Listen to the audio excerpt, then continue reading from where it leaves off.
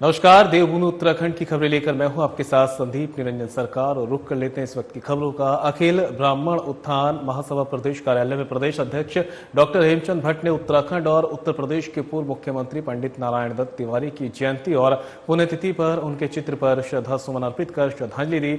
इस दौरान उन्होंने पंडित नारायण दत्त तिवारी के योगदान को याद किया है। इस अवसर पर हेमचंद भट्ट ने कहा कि राज्य हित में पूर्व सीएम नारायण दत्त तिवारी द्वारा दिए गए योगदान को कभी भी भुलाया नहीं जा सकता। सीएम रहते हुए उन्होंने राज्य के लिए कई महत्वपूर्ण योजनाओं की सौगात दी थी। हेमचंद भट्ट ने सभी लोगों से पूर्व मुख्यमंत्री पंडित नारायण दत्त तिवारी के पद चिन्हों पर चलने का आह्वान किया है। हमारे विकास पुरुष पंडित नारायण दत्त तिवारी जी का जन्मदिन यहाँ पर अखिल ब्राह्मण उत्थान महासभा कार्यालय रामनगर प्रदेश कार्यालय में मनाया जा रहा है। हमारे यहाँ पर सभी साथी आज पंडित नारायण दत्त तिवारी जी के विकासों को याद कर रहे हैं, इनके जो है महानता को याद कर रहे हैं। सभी नेताओं ने हमेशा अपने अपने परिवार के लिए अपने लिए जोड़ा है, लेकिन तमाम लोगों के पास अरबों रुपए की संपत्ति है। तिवारी जी ने हमेशा देश को अपना परिवार माना और देश के हित में इन्होंने अपने काम किए। इन्होंने अपने परिवार के लिए कुछ नहीं जोड़ा। और ये आज जिस दिन पैदा हुए, ये महान पुरुषों में गिनती इनकी होती है, जो जिस दिन पैदा होते हैं उसी दिन उनका देह त्याग देते हैं। वो एक महान पुरुषों में गिने जाते हैं। और इस बीच नई दिल्ली से बड़ी खबर सामने आ रही है। आपको बता दें, कृषि मंत्री गणेश जोशी नई दिल्ली दौरे पर पहुंचे हुए हैं और इस दौरान उन्होंने नई दिल्ली में केंद्रीय मंत्री प्रहलाद जोशी से मुलाकात की है। कृषि मंत्री गणेश जोशी ने केंद्रीय मंत्री को श्री राम मंदिर की प्रतिकृति की भेंट, कई समसामयिक विषयों पर हुई विस्तृत चर्चा। मंत्री गणेश जोशी ने केंद्रीय मंत्री को उत्तराखंड आने का दिया निमंत्रण। केंद्रीय मंत्री ने निमंत्रण को किया स्वीकार। बड़ी खबर आप तक पहुंचा रहे हैं नई दिल्ली से, जहां पर केंद्रीय मंत्री प्रहलाद जोशी से कृषि मंत्री गणेश जोशी ने मुलाकात की है। तस्वीरें मुलाकात के बाद साझा की गई है और इस मुलाकात के दौरान कृषि मंत्री गणेश जोशी ने केंद्रीय मंत्री को श्री राम मंदिर की प्रतिकृति भेंट की है। कई समसामयिक विषयों पर इस दौरान चर्चा की गई है। मंत्री गणेश जोशी ने केंद्रीय मंत्री को उत्तराखंड आने का निमंत्रण दिया है, जिस पर केंद्रीय मंत्री ने निमंत्रण को स्वीकार किया है।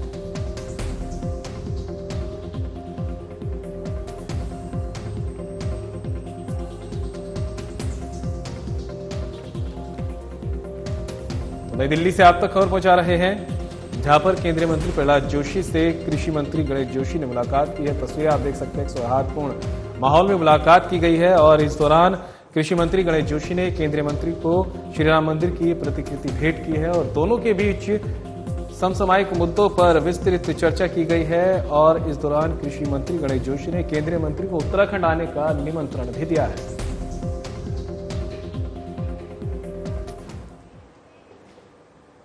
और अब खबर आईआईटी रुड़की से है, जहां आईआईटी रुड़की के राधा कृष्ण भवन की मेस में खाने के सामान में चूहे मिलने से हंगामा हो गया।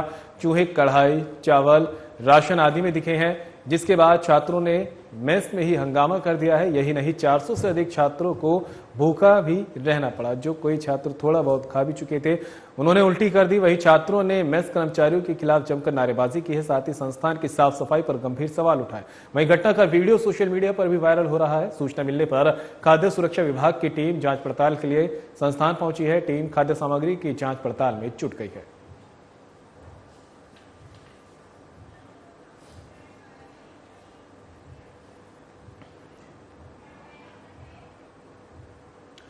तो वहीं विधानसभा अध्यक्ष रितु खंडूड़ी ने हरिद्वार चंडीघाट स्थित सिद्धपीठ दक्षिण काली मंदिर में डांडिया महोत्सव में बतौर मुख्य अतिथि भाग लिया।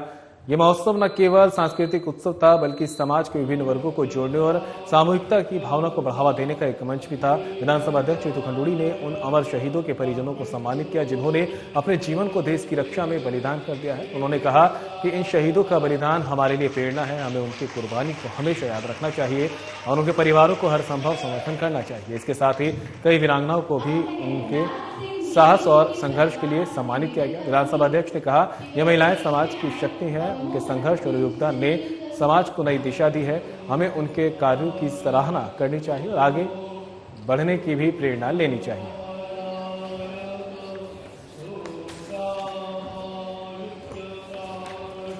तो खबर आप तक पहुंचा रहे हैं, जहां पर विधानसभा अध्यक्ष रितु खंडूरी ने हरिद्वार चंडीघाट स्थित सिद्धपीठ दक्षिण काली मंदिर में डांडिया महोत्सव में बतौर मुख्य अतिथि शिरकत की।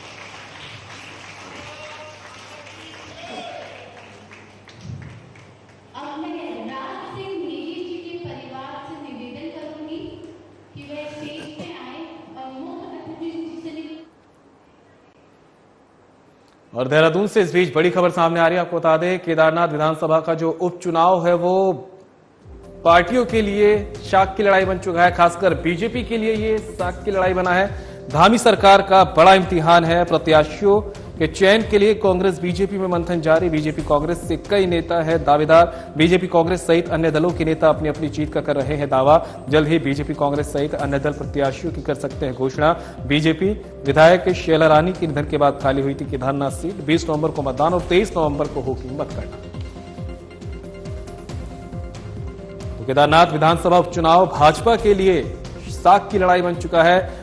धामी सरकार का एक बड़ा इम्तिहान है। प्रत्याशियों के चयन के लिए कांग्रेस बीजेपी में मंथन लगातार जारी है। बीजेपी कांग्रेस से कई नेता दावेदार हैं सीट के लिए, तो वहीं बीजेपी कांग्रेस सहित अन्य दलों के नेता अपनी अपनी जीत का दावा कर रहे हैं। जल्द ही बीजेपी कांग्रेस सहित अन्य दल प्रत्याशियों की कर सकते हैं घोषणा। बीजेपी विधायक शैला रानी के निधन के बाद खाली हुई थी केदारनाथ सीट। 20 नवंबर को मतदान होना है इस सीट पर और 23 नवंबर को मतदान के नतीजे सामने आएंगे।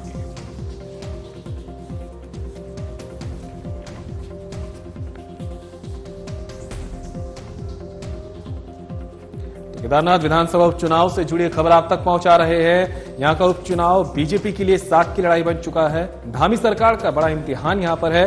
प्रत्याशियों के चयन के लिए कांग्रेस और बीजेपी में मंथन लगातार जारी है। कई नेता दावेदार हैं सीट के लिए। बीजेपी कांग्रेस सहित अन्य दलों के नेता अपनी अपनी जीत का दावा कर रहे हैं।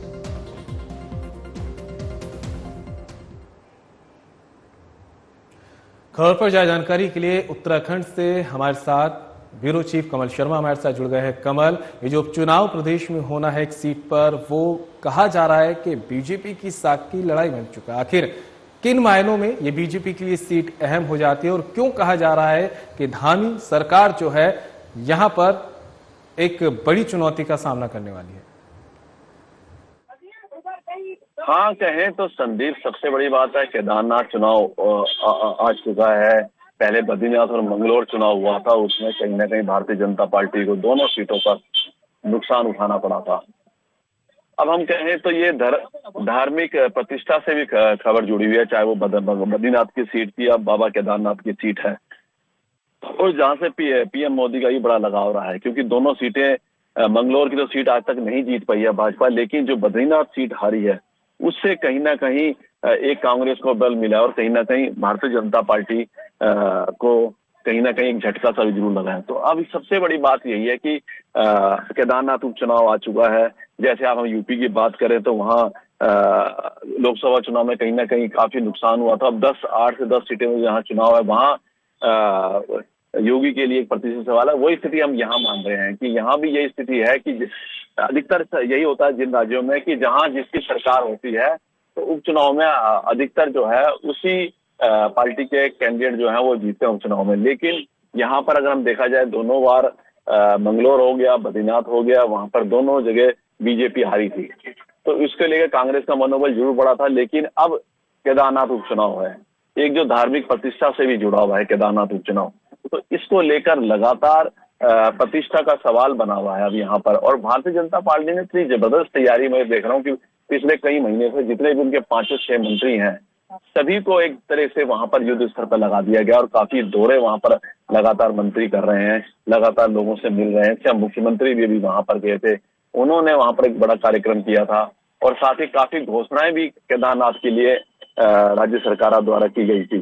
तो ये बहुत बड़ी प्रतिष्ठा है कि केदारनाथ सीट है वो जीतनी है। और कांग्रेस दावा जरूर कर रही है, पर सबसे बड़ी बात हम कांग्रेस की बात बताएं, क्योंकि कांग्रेस ने दोनों सीटें जीती थी उपचुनाव की, मंगलोर बेंगलोर बल जरूर मिला था, लेकिन कहीं ना कहीं कांग्रेस एक जो एकजुटता होती है वो कहीं ना कहीं हमें बिखरती सी नजर आती है, दिखती है कि वो क्या स्थिति रहेगी। हम क्योंकि अभी हरियाणा का चुनाव था, लगातार लोग सभी सर्वे चल रहे थे लगातार की जीतेगी और सरकार बन रही है कांग्रेस की, लेकिन कहीं ना कहीं आपसी तालमेल के कारण फिर भारतीय जनता पार्टी तीसरी बार बाजी। तो यही अब स्थिति यहाँ पर है कि अब यही देखना है कि कांग्रेस भले ही दावा कर रही है और टिकट की दावेदारी भी कहीं है, किसको वो टिकट देती है, कौन सा मजबूत कैंडिडेट है जो भारतीय जनता पार्टी के कैंडिडेट्स को टक्कर दे सकता है। क्योंकि संगठन के मामले में देखा जाए तो भारतीय जनता पार्टी काफी मजबूत है, तैयारियों में काफी आगे चल रही है। सरकार भारतीय जनता पार्टी की बनी है दूसरी बार उत्तराखंड में, तो कहीं ना कहीं पलड़ा जरूर भारी है भारतीय जनता पार्टी का। पर कांग्रेस भी जो कह रही है कि भले ही सरकार इसकी हो लेकिन चुनाव हम ही जीतेंगे। लोग जो है कांग्रेस की नीतियों से जो है वो खुश नहीं है और इसका लाभ कहीं ना कहीं कांग्रेस पार्टी को मिलेगा, जिसलिए वो दावा कर रहे हैं कि हम केदारनाथ में जीतने जा रहे हैं। अब यही देखना है 23 नवंबर को जब यहाँ पर काउंटिंग होगी तब देखना होगा क्या होता है। और दोनों पार्टियों के लिए, खासकर भारतीय जनता पार्टी के, तो बद्रीनाथ का जो केदारनाथ का चुनाव है एक ये प्रतिष्ठा का सवाल बना हुआ है। कमल, सवाल ये भी तो है कि केदारनाथ पर जो ये चुनाव होना है, कांग्रेस के पास तो खोने के लिए कुछ है नहीं, क्योंकि ये सीट अभी बीजेपी के पास ही थी। हालांकि जो बीजेपी की विधायक थी उनके निधन के बाद सीट जरूर खाली हुई, तो क्या कह सकते हैं कि लोगों का जो इमोशनल सपोर्ट है वो बीजेपी के साथ जुड़ेगा इस सीट पर? अब उसमें संदीप, कैंडिडेट्स का एक बड़ा मैन अनुभव होता है कि जिसके परिवार के यहाँ डेथ हुई और सीट खाली हुई, अगर उसके परिवार को भारतीय जनता पार्टी प्रत्याशी बनाती है तो कहीं ना कहीं तब जाके ये कहीं ना कहीं ये चीजें होती है। नहीं, इनके परिवार की किसी की डेथ हो गई है, अब उनके परिवार खड़ा हुआ है तो कहीं ना कहीं सिंपैथी दिखती है। पर अगर उनके परिवार की किसी को टिकट ना मिले तो मुझे लगता है कि वो सिंपैथी इतनी चीज नहीं होती, क्योंकि परिवार की बात अलग होती है। अगर जिसको उन्हीं के परिवार को टिकट मिला जिनके कारण ये सीट खाली हुई है, तो वही अब देखना है कि कितनी सिंपैथी अगर उनके परिवार को मिलती है तो कितनी सिंपैथी दर्ज करती है। अगर उसके परिवार के किसी सदस्य को टिकट नहीं मिलता तो भाजपा कितनी सिंपैथी दर्ज कर सकती है, यह भी कहना मुश्किल है।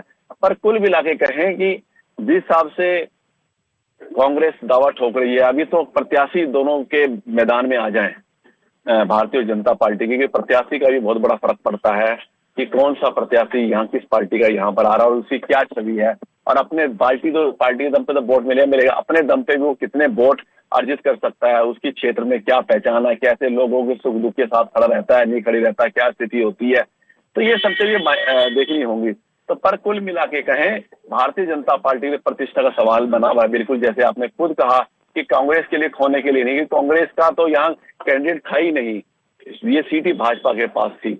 अब यही देखना है, भाजपा का पूरा दावा है और भाजपा जिस हिसाब से तैयारी भी कर रही है तो कहीं ना कहीं वो उसकी दावेदारी मजबूत नजर आती है यहाँ पर ये इलेक्शंस है, जनता का पता नहीं चलता किस मोड़ कहाँ मुड़ जाए, क्या चीज एकदम हो जाए, चुनाव के बीच में क्या हो जाए, क्योंकि आजकल साम दंड भेद सब कुछ चुनाव में चलता रहता है। तो वही हमें इंतजार करना पड़ेगा जब यहाँ पार्टियों के दोनों पार्टियों के प्रत्याशी घोषित हो जाए और तस्वीर उसके बाद भी सामने निकलेगी कौन कौन प्रत्याशी और किस प्रत्याशी की क्या दम है। बाकी संगठन में हम अभी कहें तो संगठन में जो मजबूत बात है वो भारतीय जनता पार्टी की है। जमीनी स्तर का उनका मजबूत उनका संगठन है, सरकार उनकी है, पिछले काफी समय से मंत्री लोग वहां के दौरे कर रहे हैं और मैंने कहा था मुख्यमंत्री भी वहां पर गए, तो कहीं ना कहीं सत्ता बल का असर जरूर होता है। वही देखना है कि पिछली बार उपचुनाव में तो नहीं मिला, अब ये देख केदारनाथ सीट में इस सत्ता दल का या जिसकी सरकार है उसको ज्यादा वोट मिलते हैं या उसकी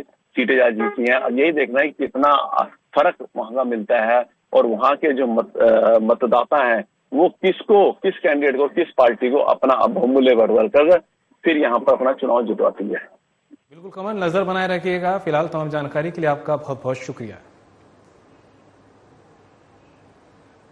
और देहरादून से इस बीच बड़ी खबर सामने आ रही है, आपको बता दें समान नागरिकता संहिता नियमावली की रिपोर्ट समिति की तरफ से सीएम धामी को सौंप दी गई है। राज्य सरकार ने 2022 में उत्तराखंड समान नागरिक संहिता का ड्राफ्ट तैयार करने के लिए किया था विशेषज्ञ समिति का गठन।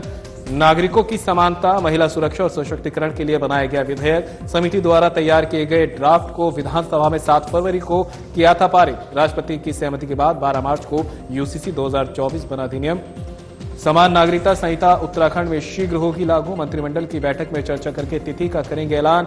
नियमावली में मुख्य रूप से 4 भाग, विवाह और विवाह विच्छेद, लिव इन रिलेशनशिप, जन्म मृत्यु पंजीकरण और उत्तराधिकार संबंधी नियमों के पंजीकरणों से संबंधित प्रक्रिया उल्लेखित। जनमानस की सरलता के लिए पोर्टल और मोबाइल ऐप हुआ तैयार। ऐप से पंजीकरण अपील सहित सभी सुविधाएं जन सामान्य और ऑनलाइन माध्यम से होगी उपलब्ध। देश का पहला राज्य बनेगा उत्तराखंड जो करेगा यूसीसी लागू। किसी को भी टारगेट करके नहीं किया गया है यूसीसी।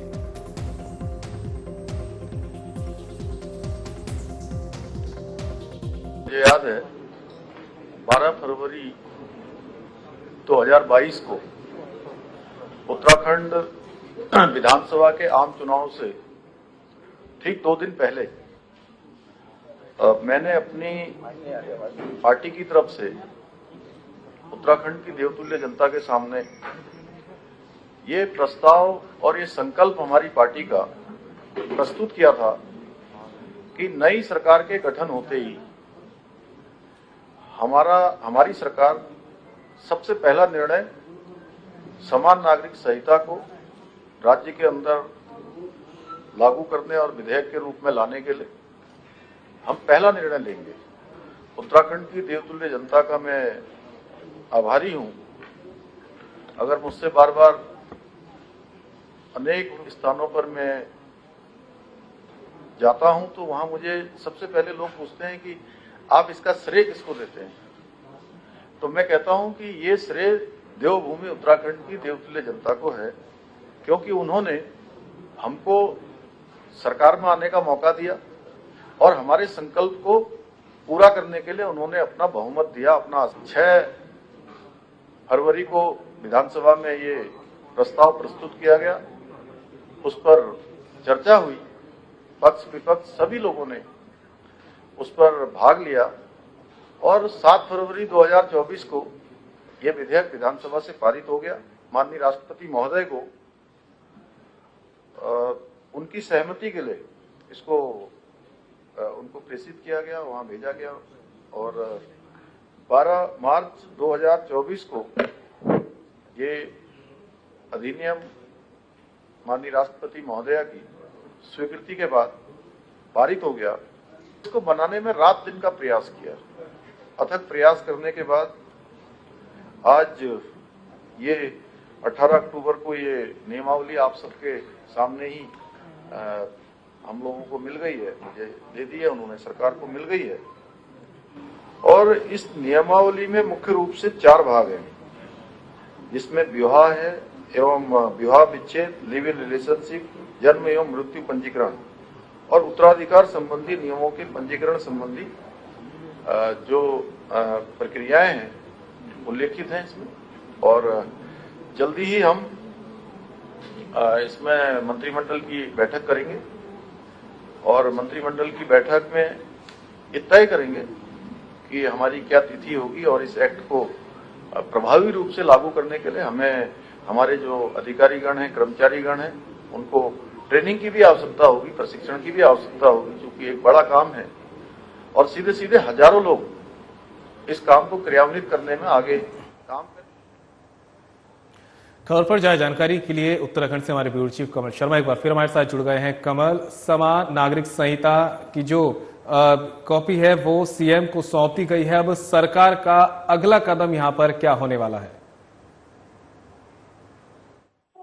हाँ कहें तो संदीप, जब दोबारा से भाजपा सरकार बनी और सीएम धामी ने उसी टाइम ऐलान किया था कि यहाँ पर यूसीसी समान नागरिक संहिता जो है वो यहाँ पर लागू कराई जाएगी और उत्तराखंड एक पूरे देश में पहला राज्य बनेगा।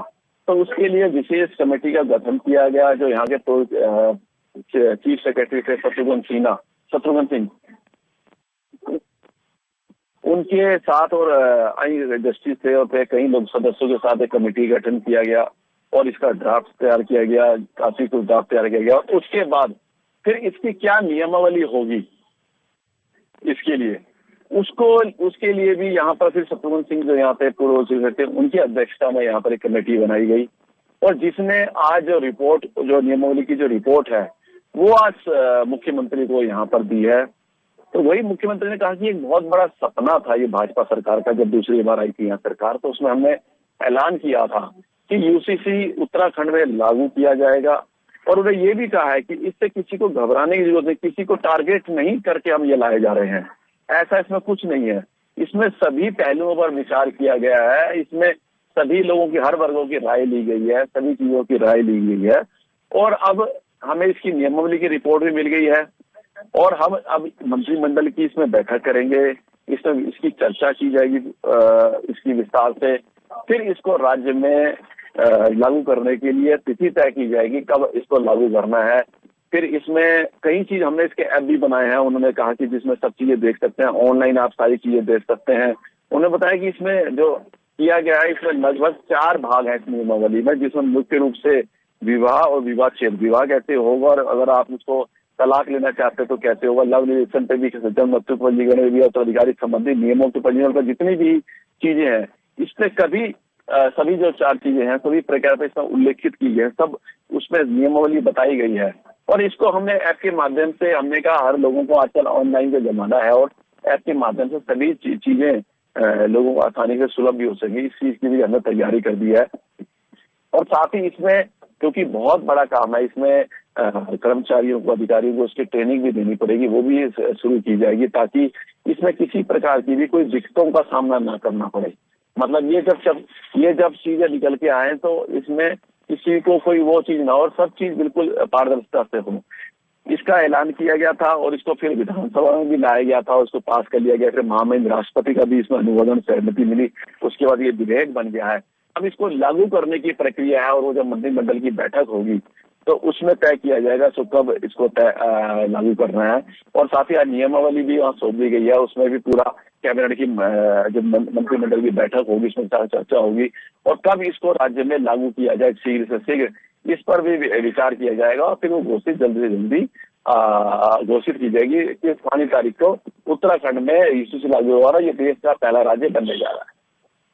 जो है यूसीसी लागू करने वाला उत्तराखंड पहला राज्य तो बनने वाला है। साथ ही सरकार की तरफ से लगातार ये भी कहा जा रहा है कि किसी को टारगेट करके नहीं लाया जा रहा है, लेकिन लगातार जो बातें फैलाई जा रही थी वो तो यही थी कि ये टारगेट के तौर पे ही लाया जा रहा है। ऐसे में सरकार क्या लोगों को अब कहते हैं कि अपने पक्ष में कर पाएगी, क्या उन पर भरोसा दिलवा पाएगी और आगे क्या चुनौती रहने वाली है इसको लागू करवाने में?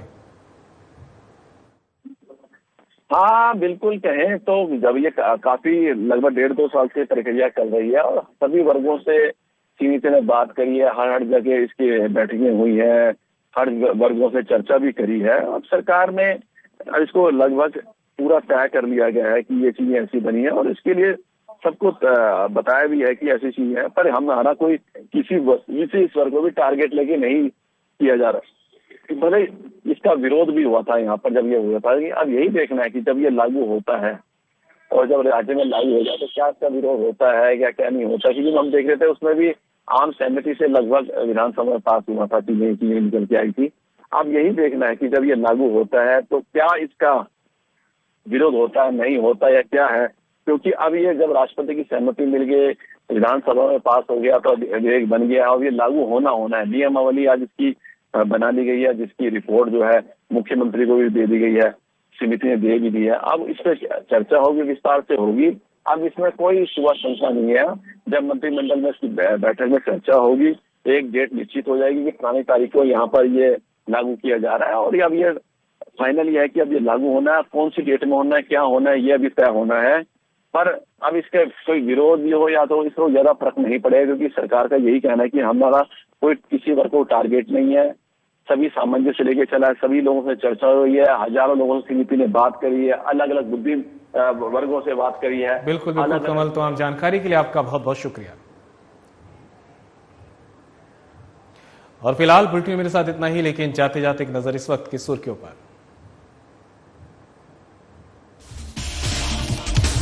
रामनगर में मनाई गई पूर्व सीएम पंडित नारायण दत्त की जयंती। प्रदेश अध्यक्ष डॉक्टर हेमचंद भट्ट ने दी श्रद्धांजलि, नारायण दत्त तिवारी के योगदान को किया याद। केंद्रीय मंत्री प्रहलाद जोशी से मंत्री गणेश जोशी ने की मुलाकात, कई समसामयिक विषयों पर हुई विस्तृत चर्चा। गणेश जोशी ने केंद्रीय मंत्री को उत्तराखंड आने का दिया निमंत्रण। भादराबाद में विवादित भूमि पर पेड़ काटने का गरमाया मामला, ग्रामीणों ने विरोध के बाद उद्यान विभाग ने जारी किया नोटिस, दोषियों के खिलाफ कार्रवाई का आश्वासन। मसूर में धूमधाम से मनाई गई महर्षि वाल्मीकि जयंती, महर्षि वाल्मीकि मंदिर में की गई पूजा अर्चना, सनातन धर्म मंदिर से निकाली गई शोभा यात्रा। और टिहरी के स्वामी रामतीर्थ परिसर में पुस्तक प्रदर्शनी का आयोजन, एडिशनल एसपी जीआर जोशी ने की शिरकत, किताबों की महत्वता के बारे में दी जानकारी।